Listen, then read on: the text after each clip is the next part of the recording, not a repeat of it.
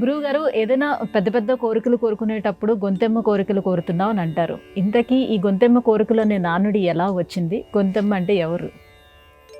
కష్టాల సహించి కౌరవులను గెలిచే, కష్టాలను అనుభవించి పాలించే రాజ్యంబు,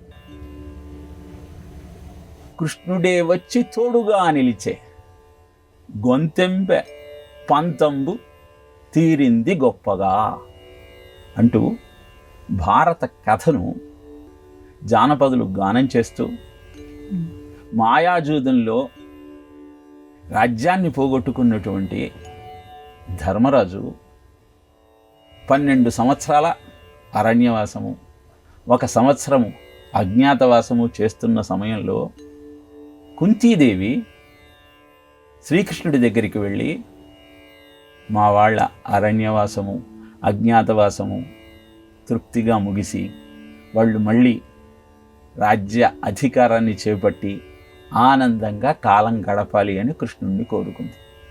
ఆ సమయంలో ఆ కోరిక దుర్లభం. 12 సంవత్సరాలు అరణ్యంలో బ్రతకటమే కష్టమైతే 1 సంవత్సరం వారి ఉనికి కూడా ఎవరికీ తెలియకుండా వాళ్ళు మనగలగాలి అంటే సర్వం సహా భూమండలానికి చక్రవర్తి అయినటువంటి దుర్యోధనుడు పన్నేటువంటి మాయోపాయం నుంచి వాళ్ళు బయటపడాలి అంటే అది అసాధ్యము.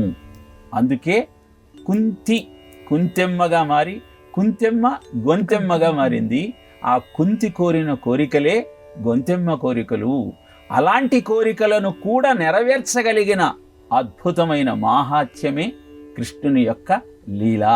కనుక కృష్ణుణ్ణి ఆశ్రయించిన వాడికి గొంతెమ్మ కోరికంటూ ఏదీ ఉండదు, సాధించలేనిదేమంటూ ఉండదు.